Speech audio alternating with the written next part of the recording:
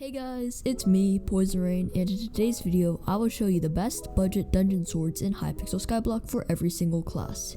Before we get started, please subscribe, it's free and you can always unsubscribe later. Enjoy the video. Let's start out with Healer. For floors 1 through 3, an ornate zombie sword will be perfectly okay and should make completing floors 1 through 3 easy.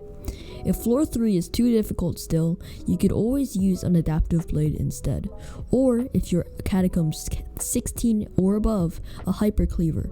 For floors 4 and 5, I would recommend having an adaptive blade for before boss, hyper cleaver for during boss, and an ornate zombie sword to heal yourself and your teammates. If you still have difficulties with floors 4 and 5 and higher, you could always upgrade to a florid zombie sword instead of an ornate zombie sword. But note, the enchants and reforges don't go from sword to sword. After floor 5, you can now use a fell sword instead of an adaptive blade, or really, just use any berserker sword. Right now, the fell sword still seems to be bugged, but in the future, when patched, this sword will be the best healer sword. For floor 7, you could swap the hyper cleaver for a super cleaver, but that's about it for the upgrades that you could do from floor 6 to floor 7. Now, let's move on to berserker.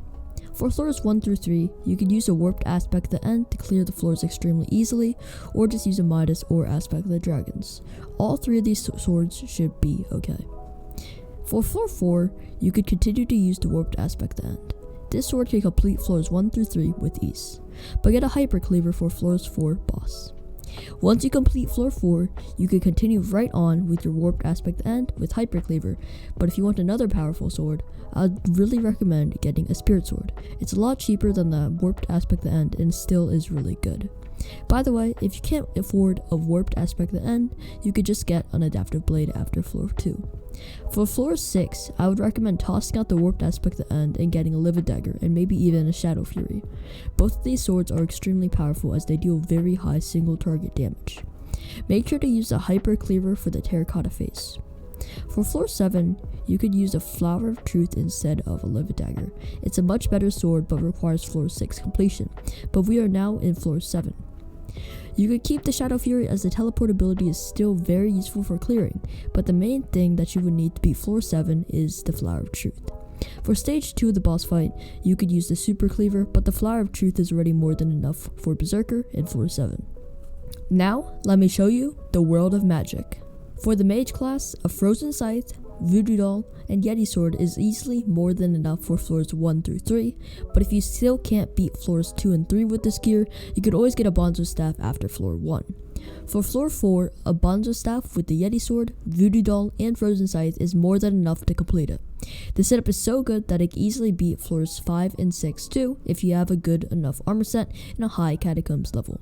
But if you want to make sure that you could complete floors 5 and 6, you could always get an Ice Spray Wand, Yeti Sword, Voodoo Doll, and Spirit Scepter to make floors 5 and 6 extremely easy. For floor 7, the same setup would work great, but you could get a Midas Staff and replace the Voodoo Doll with a Precursor Eye to make it easier. But floor 7 is no easy feat, so make sure that you have a high enough catacombs level, and if you want more information on how to play the Mage class, go watch Furball the Hammy's video on the class. It's a great video and is also very informative for the Mage class. Archer is honestly a very useless class until floor 4, but if you must play Archer before floor 4, you could use any decent bow outside of dungeons, for example, a Runon's bow or a Mosquito bow. If you're struggling to beat floor 4, you could use a machine gun bow to make the floor quite a bit easier and maybe even get a super undead bow to make floor 4 extremely easy. After floor 4, you have to say bye-bye to your money. Archer is the highest DPS in single target damage class, which means the class relies on weapons greatly. For floors 5 and higher, aim to get 3 or 4 bone rings and a last breath bow.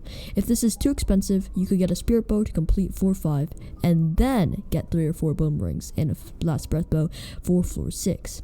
For floor 7, it is almost required to have 4 bone rings and a last breath bow to be able to complete the floor, as the floor is very dependent on the Archer class. That's about it for the Archer class. As you can tell, it's very expensive. It may even be the most expensive class in dungeons. Finally, let's talk a bit about the Tank class. Tank is honestly not the most useful class until floors 6 and 7, but it is nice to have one on your team nonetheless. For floors 1 and 2, an ornate zombie sword should be more than enough. After floor 2, you could get an adaptive blade, which makes floor 3 a lot easier. For floors 4 and 5, I would recommend getting a hyper cleaver and keeping the ornate zombie sword, but selling the adaptive blade. If you're Catacombs 19, I would also recommend getting an earth shard, as it makes killing the spirit bears in floor 4 a lot safer. The same setup works fine with floor 6, but I would also recommend getting a livid dagger or shadow fury to help getting lifesteal during the terracotta phase to replace the adaptive blade. For floor 7, it's nearly required to get a flower of truth or at least a livid dagger or shadow fury to help get lifesteal and allow the ability of a flower of the truth to help you survive the entire boss fight. For floor 7, you could also sell the earth shard, as the boss fight is nearly entirely made up of true damage. That's about it for tank. Thanks for watching the video. If you enjoyed the video, leave a like. If you didn't, leave a dislike. Subscribe or you're bad at the video game. And leave a comment with suggestions, because I'm sure I missed a tiny bit of information for a class. Thanks for watching, and I'll see you guys next video. Goodbye!